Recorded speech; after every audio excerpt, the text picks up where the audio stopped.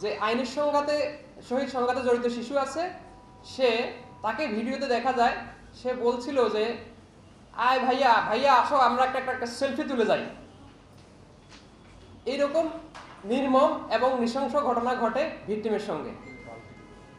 তাদেরকে জিজ্ঞাসাবাদে জানা যায় তারা এই শাহাদাতকে ছিনতাইকারী সন্দেহে মারধর করে। সেই মারধর সন্ধ্যা থেকে শুরু হয়, কয়েক পর্যায়ে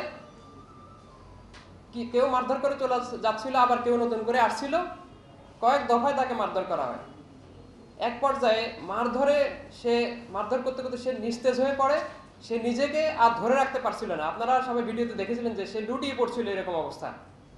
তারপর ওই দিন রাতেই কোনো এক সময় তাকে প্রবর্তকের একটি এলাকায় ফেলে রাখা হয়। জিজ্ঞাসাবাদে তারা জানায় যে তারা এই তিনজনই এই ঘটনার সাথে সংশ্লিষ্ট ছিল এবং আরো অনেকে এই ঘটনার সাথে সংশ্লিষ্ট আছে।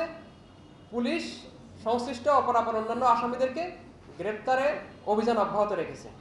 ওকে বেঁধে পিটানোর সময়ে তারা এটা ভিডিওটা আবার তাদের গ্রুপে আপলোড করে বলা হচ্ছে যে এরকম একজনকে ধরা হচ্ছে, মোবাইল চোর, ছিনতাইকারী, তাকে সেই জন্য তারা তাকে মারতে হবে। তারা আবার আহ্বান করতেছিল যে আসো সবাই ওকে মারতে হবে।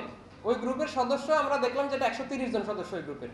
এরা আসলে মূলত এই ধরনের একটি নাম দিয়ে তারা সুযোগ সন্ধানী গ্রুপ যখন যে অপকর্ম পারে তারা সেই ধরনের অপকর্মগুলোই করে বেড়াচ্ছে। বৈষম্য বিরোধী ছাত্র আন্দোলনের থেকে উদ্যোগী হয়ে অনেকে ট্রাফিকিং এ সহায়তা করেছে, কিন্তু তারা ওই গ্রুপের কোনো সদস্য না।